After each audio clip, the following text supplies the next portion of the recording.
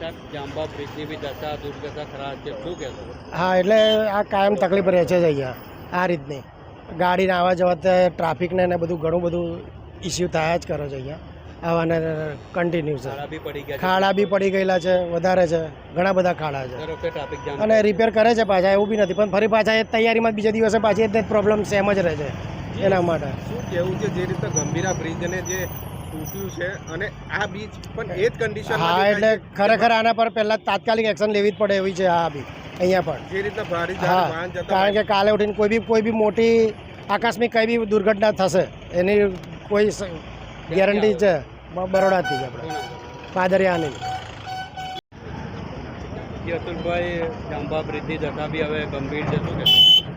જે રીતના 2 દિવસ પહેલાં પાદરામાં જે બનાવ બન્યો, બ્રિજનો એક ભાગ તૂટી ગયો, ત્યારબાદ તંત્ર જાગ્યું છે, પરંતુ હાલ આપણે જાંબા બ્રિજ પાસે આવ્યા છે.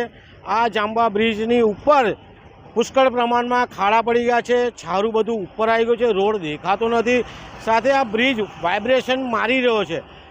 સાંસદો જ્યારે અહીંયા આવે છે નવી વાતો કરે છે કે આ બ્રિજને આપણે પહોળો કરીશું, સારો બનાવીશું, પરંતુ આ બ્રિજ નાનો સાંકડો કેટલાય વર્ષોથી જેના કારણે ટ્રાફિક સમસ્યા પણ સર્જાય છે. હાલના સાંસદે પણ આ બ્રિજને પહોળો કરવાની વાત કરી છે, પરંતુ ક્યાંક ને ક્યાંક જે રીતના રોડના કામોમાં ભ્રષ્ટાચાર ચાલે છે, ભ્રષ્ટાચારના કારણે આ બ્રિજને વ્યવસ્થિત બનાવતા નથી, બ્રિજને પહોળો કરતા નથી. જે રીતના ટ્રાફિક જામ પોર સુધી આપણા વડોદરા સુધી ટ્રાફિક જામ થાય છે. અમારી એક વિનંતી છે કે આ રોડને વહેલામાં તકે પહોળો કરવામાં આવે, જાંબા બ્રિજને ખુલ્લો કરવામાં આવે, જેથી કરીને વ્હીકલો અહીંથી ફટાફટ જઈ શકે. સાથે આ રોડમાં જે ગાબડા પડ્યા છે ગાબડા વહેલા પૂરે એવી અમારી માંગ છે. જો આ જાંબા બ્રિજનો સ્ટ્રક્ચર સ્ટેબિલિટી રિપોર્ટ કાઢવામાં નહીં આવે તો આ બ્રિજ પડી શકે તેવી હાલતમાં દેખાઈ રહ્યું છે.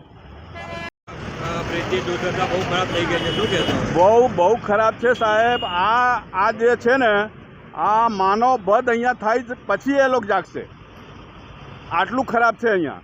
દર વર્ષે ખાડા પડી જાય ટ્રાફિક. દર વખતે 2-3 દિવસ પહેલાં તો હું અહીંયા પડતા પડી ગયું. આટલું મોટું ખડ્ડા આવી ગયું હતું અને હું દરરોજે આવું છું અને દરરોજે આવું છે. અને આ તો મોટી ગાડીਆਂ છે, જ્યારે ટ્રાફિક જામ થાય છે ને અહીંયા મોટી ગાડીਆਂ પુલ ઉપર ઊભા થઈ જાય છે અને એના ઉપર જે ઊભા થઈ જાય તો આ બ્રિજનું શું થાય? આ તંત્રનો ભ્રષ્ટાચાર નથી લાગતો? બહુ વધારે છે આ ભ્રષ્ટાચાર છે. આને આજે છે ને આપણે જે ટોલ ટેક્સ વસૂલે છે, આ જે એક્સપ્રેસ હાઈવે કહેવાય છે ને, એક્સપ્રેસ હાઈવે पे આવું નહીં ચાલે. ટોલ ટેક્સવાળાને બી નહીં ચાલે. ટોલ ટેક્સ આટલું વધારે લે છે અને એને શું ધ્યાન આપે છે? કુંજુ પ્રસાદ સાહની, જયપ્રકાશ સ્મૃતિ મંચ અધ્યક્ષ અને નિશા સેવા સંઘ અધ્યક્ષ.